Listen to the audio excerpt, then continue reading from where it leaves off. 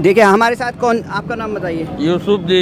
यूसुफ जी, क्या कहेंगे आप यहाँ पर नई ट्रेन देख रहे हैं, प्रधानमंत्री नरेंद्र मोदी उद्घाटन कर रहे हैं, कितना अच्छा लग रहा है? बहुत अच्छा लग रहा है। कभी सोचा था ऐसी ट्रेन यहाँ चलेगी? कभी नहीं सोचा था।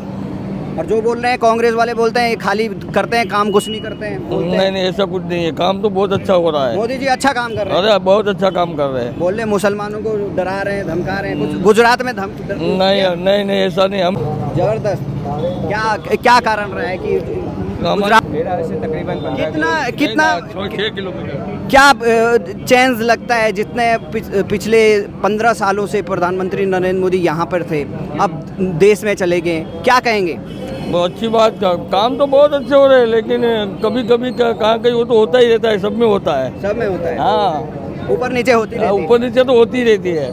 कुल मिलाकर अच्छा चल रहा है। काम अच्छा बहुत हो रहा है।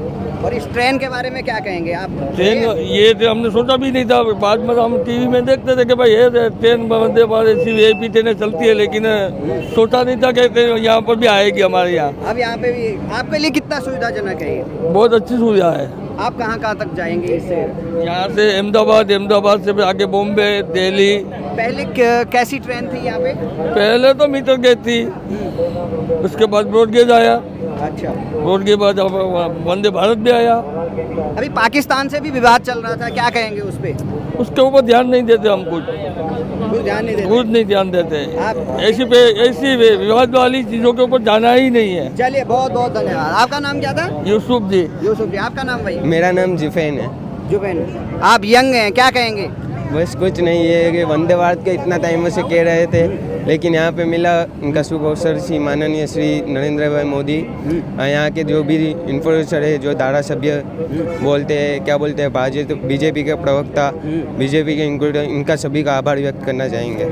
क्या कहेंगे जो राहुल गांधी कहते हैं कि गुजरात का कोई विकास नहीं हुआ है, ये इतने सालों से सब जुमले चल रहे हैं, क्या कहेंगे? कुछ नहीं, ये वंदे भारत मिला, आप देख ही सकते हो, ये गुजरात का विकास है। इनकी तरह दूसरी ट्रेनों का भी आज इनोग्रेशन हुआ है, जो लोकोमोटिव का इनोग्रेशन हुआ है, सब कुछ मिलता है यहाँ पे गुजरात में।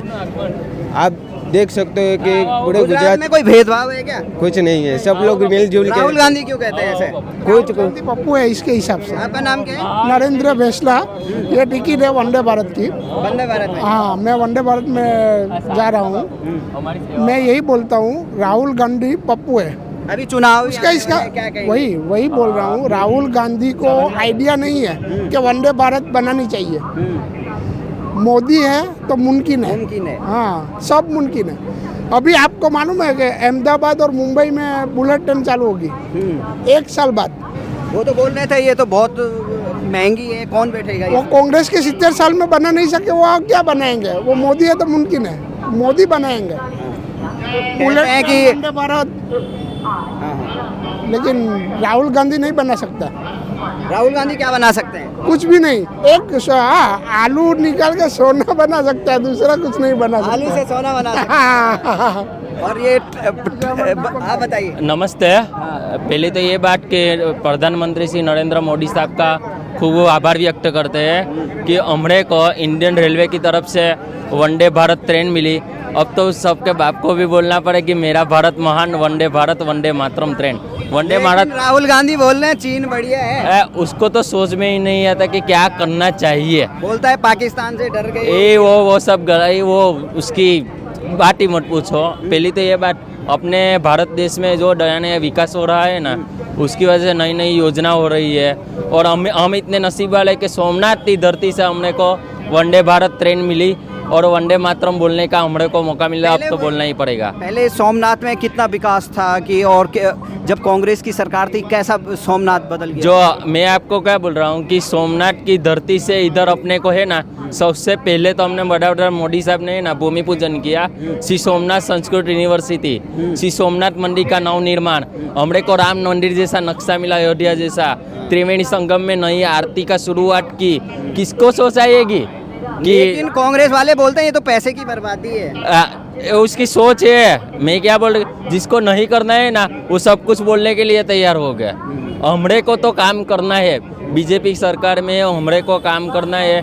क्यों एक ही व्यक्ति को सोच में आया कि अपने सोमनाथ का पुनर्निर्माण करना चाहिए? क्यों एक व्यक्ति को सोचा है कि अपनी सोमनाथ संस्कृत यूनिवर्सिटी होनी चाहिए? नेहरू भी नहीं आए थे इसके उद्घाटन में तो वो तो आप ऐसे ही बात करो। जिसको दिल से है ना, सोमनाथ दादा से अंदर से है ना, वो ही सही धरती पर आ सकता है और उसकी ताकत हो सकती है। मैं ऐसा बोल रहा जिसको हूँ। आशीर्वाद मिले। हाँ, जिसको आशीर्वाद मिले। और हमरे को क्या पता था कि चलो मोदी साहब ने ऐसा सोचा होगा कि हमरे को नहीं, पण उसने तो बोला ना कि हमरे को, उसने क्या बोलते हैं कि ऐतिहासिक काम कर दिया हमारे पास कि सोमनाथ संस्कृत यूनिवर्सिटी। साहब एक बार आप जाइए उधर विजिट करने के लिए, मैं उधर का मेंबर्स हूँ। हाँ, हम ये उधर रहे हैं ना, तो उसने शायद राजमहल से लेकर डायरेक्ट सोमनाथ संस्कृत यूनिवर्सिटी का निर्माण कर दिया। सब एक नहीं, हाथ नहीं, पर 10-10 भवन बना दिए उसमें। वो हमारे प्रधानमंत्री श्री नरेंद्र दामोदर दास मोदी साहब है। देखिए तो ये धन्यवाद। ये इन्होंने बहुत अच्छी बातें कही है। ये प्रधानमंत्री नरेंद्र मोदी की काफ़ी अच्छे समर्थक हैं। तो हम यहाँ पर लोकल लोगों के लिए भी बता रहे हैं कि ये लोकल में कितना डेवलपमेंट हुआ, उसमें हिंदू हो या मुस्लिम हो, सभी लोग खुश हैं। और इस बात का काफ़ी आपको जो चीज़ें सुनने को मिल रही है, जो लोगों के विचार मिल रहे हैं, वो हम आपको सीधे दिखा रहे हैं।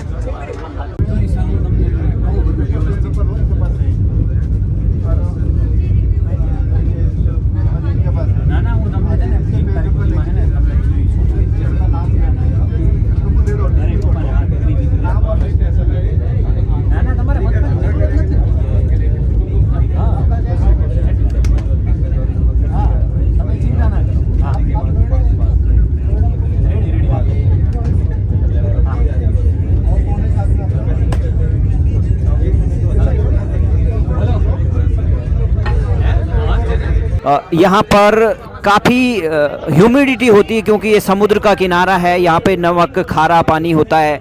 और एक अलग आपको अगर यहाँ पे आना है तो ज़रूर इसका दर्शन कीजिए, क्योंकि प्रथम ज्योतिर्लिंग है और ऐतिहासिक मान्यता है। क्योंकि मोहम्मद गजनवी से लेकर तमाम आक्रमणकारी इसको तोड़ने का प्रयास किया, उन्होंने लूटा, लेकिन उनको अंत हुआ। और जिस प्रकार से हमारी सभ्यता संस्कृति आगे बढ़ती जा रही है, सोमनाथ उस संस्कृति का प्रतीक है।